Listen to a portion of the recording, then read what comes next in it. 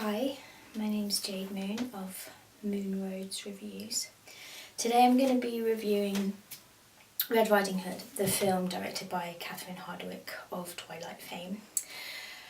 The reason I'm quite inspired to do this review is, one, I absolutely love the film, I think it's brilliant, but secondly, I've watched quite a lot of reviews done by other people, and I was really disappointed at the lack of knowledge about the original tale. I'm really interested in fairy story and myth. That's why I was drawn to this tale in the first place.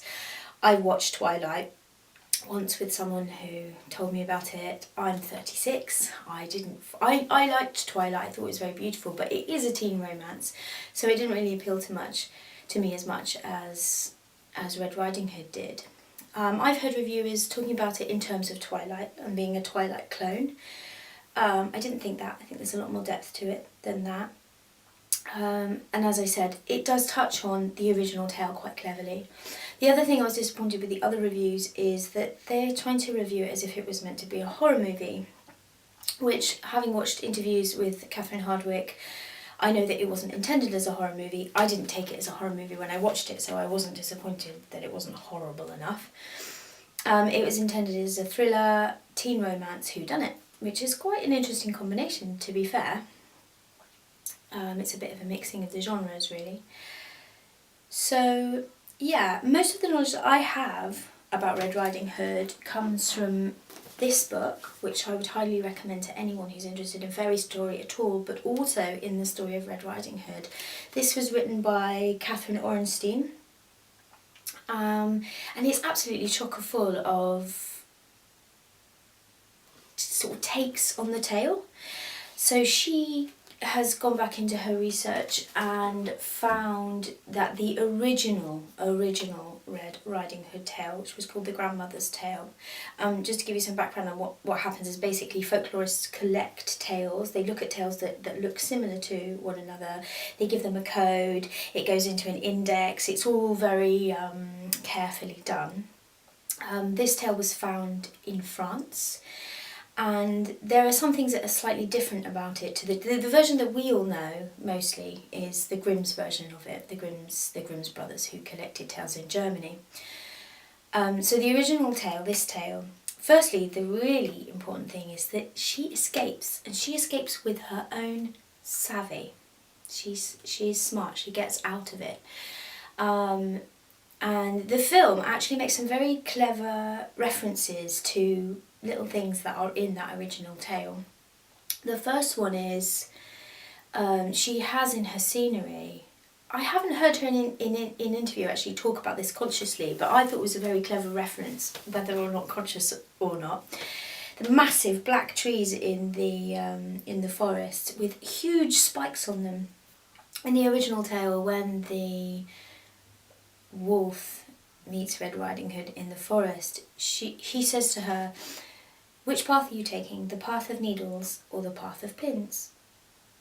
It's believed that this is a reference to young girls in that time, in that area, would have, at certain age, the same time as they were reaching sexual maturity, would have been apprenticed to be seamstresses.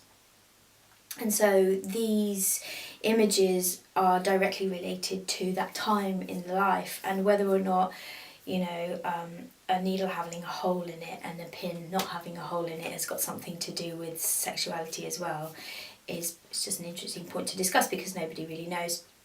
So there's that reference. There's also, I'm going to be revealing a few spoilers here possibly, but there's a scene just before Valerie finds out who the wolf actually is, and she's given something to eat and she sort of goes, "Ugh, what's this?" Now in the original tale, when the wolf gets to Grandmother's house, he doesn't just eat her all up, he actually puts a slab of meat in the larder. He puts some of her blood in a bottle in the larder as well, and when Red Riding Hood comes in, he says to her, "Come on in, the door is shut with wet straw," or something like that. There's some food in the larder and some wine, drink it and eat it and then come to me. So there's something about eating the grandmother, and I think I love that bit because it's like a very clever line of, what's this? It's not saying she does eat her grandmother, but it's a very clever reference to that part of the film, to that part of the original story, sorry. But the actual key thing, the most important thing that is a reference to the original tale is the fact that it's a werewolf and not just a wolf. In the times when this story was really fresh and alive, when it was first told, werewolves were a really genuine fear. They had the word bizou, which is, I find it quite difficult to pronounce, but it was spelled B-Z-O-U, and it meant werewolf. So to bring it back to that original idea of it being a werewolf, I think is really interesting.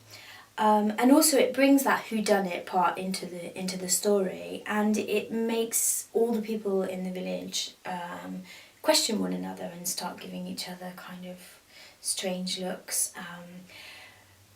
which is actually also something that happens at the time when you reach sexual maturity, because people's interest in you becomes different. And this tale has always been about sexual maturity. So I've told you about the original tale, when Red Riding Hood came in, the wolf said to her, "Take off your apron." And she says, "What will I do with it?" He says, "Throw it in the fire, you won't be needing it again." And again and again and again with every article of clothing, until she's eventually in bed with him. She tells him she needs the toilet. He ties a string to her ankle, she ties it to a plum tree outside, and then runs off and gets away. That's the simplified version of it. In the tale, it was taken later basically by a collector who adapted the tale to his own needs. The writer Perraults, a French guy, court of Louis XVI. Basically, that court was a mad playground of sexual deviancy and drug taking and fun and games. They were all very, very rich, and they just did whatever they wanted.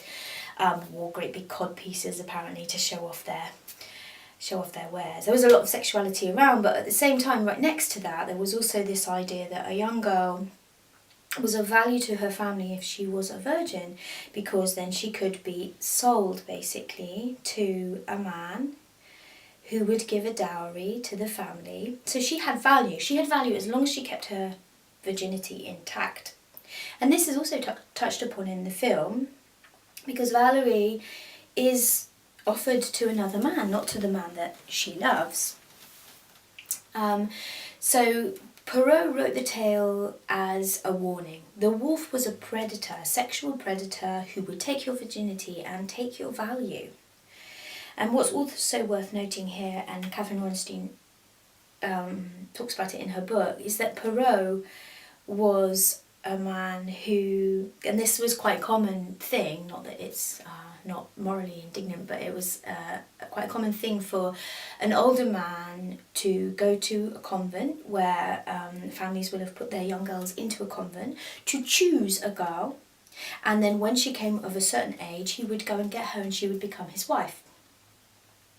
So Perrault did this. This is how Perrault got his wife. So he is definitely along the Puritan kind of line, which is also touched, as I said, it's touched upon on the film. Valerie even says at one point, "I feel like I'm being sold. I don't feel like I'm getting married. I feel like I'm being sold." So the idea of the wolf as a sexual predator is present in this story, and it always has been. And she totally plays on that by having Peter, who looks amazingly wolf-like and who's like dangerous and sexually exciting, and she's very allured towards him. And then there's the kind of good guy almost, Henry, who really loves her, but he's a lot more kind of respectable and respected by his mother at least. And there's lots of twists and turns and secrets in the film, and lots of questioning who is who. And what I think is really interesting about it is it continues the conversation. Basically, Red Riding Hood has been a tale that encapsulates a conversation that is about women's sexuality, when women come to sexual maturity, what is the right thing for them to do? What is the right way for them to behave in respect of their virginity and what men they lie with or whatever. So it carries on the conversation. And what I find really, really striking is that the person who is supposed to be her protector, this is a massive spoiler here, so if you have not seen this film, don't listen to the rest of this talking about the film. So the person who's supposed to be her protector, the one who should be protecting her from sexual predators, actual predators, any kind of danger, turns out to be the wolf. And the one who she suspected was the wolf and was afraid of him and was willing to keep at arm's length, Peter, he isn't the wolf, but he becomes the wolf. And when he becomes the wolf, something interesting happens in that we are guided into an idea. I don't know whether they did this consciously or not, but I noticed that you're guided into an idea of, right, okay, so is it actually just purely being a wolf that is a bad thing? Or is it what that wolf did? And it turns out that that's what Valerie decides, because her father had been a wolf and killed people that she loved, killed people in her village, caused her a lot of danger, and wanted her to go with him and become a werewolf and be powerful. So that is what she actually found abhorrent, the action. Whereas when Peter became a wolf, he did quite a powerful thing. He said, I'm going to go away until I have learned how to restrain myself, how to not hurt you. And if you take that further into the metaphor of that being about sexuality, so that's the kind of lover we want to have, perhaps. I've just had a child, actually. I've had a boy, but if I'd have had a daughter, I would be talking to her about this story. I mean, stories, especially fairy stories and myths, they've always been teaching tools. Teaching tools, not necessarily about how to be an engineer, but about how to live life. They're a way of passing on knowledge, but not directly, not a way of saying this is how it is, but a way of investigating something. So I think this film's really clever. I think it brings that conversation into the modern day, and I would definitely be using it if I had a daughter, to talk about how to approach your sexual maturity and how to act, how to judge what men are good, what men are going to just take advantage of you. It just so happens that I've had a son, and possibly that story's going to be just as useful to work with him, and it's great that there's a modern telling of that tale that young people can access. So in short, I think it's really great. I think it's a great continuation of the conversation.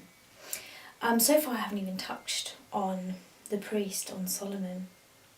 And if we again look at the Perrault version of the tale in that context of putting a young girl into a religious setting so that her purity may be maintained, her virginity kept intact. When you look at Solomon, he comes into the village and he wants to purify the village. He's on the side of the good. But his methods are so questionable. Putting a young, very simple boy into basically a torture device. Accusing people of being witches, putting Valerie out there to be potentially taken by the wolf, or as a method to lure the wolf in. Very, very dangerous.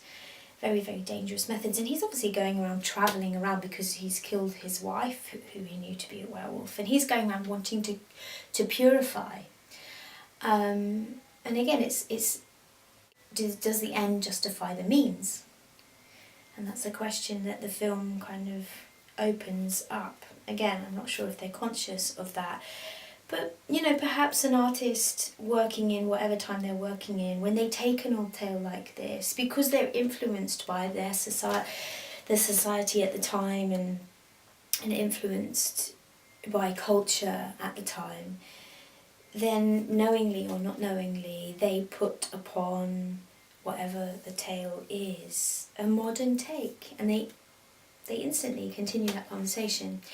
So just to wrap up, I basically think Catherine Hardwicke's done a beautiful job of this story. I think for those who feel like it was a Twilight clone, In a way, she said, I mean, I watched a few interviews with her, and she said in all of those interviews that she was really, really interested in that time of life when young people's emotions and sexual desires and urges are just starting to fire up in themselves, and they're really starting to get physical with each other. And she finds that time really interesting, and she's picked just the right fairy story. Red Riding Hood is all exactly about that time.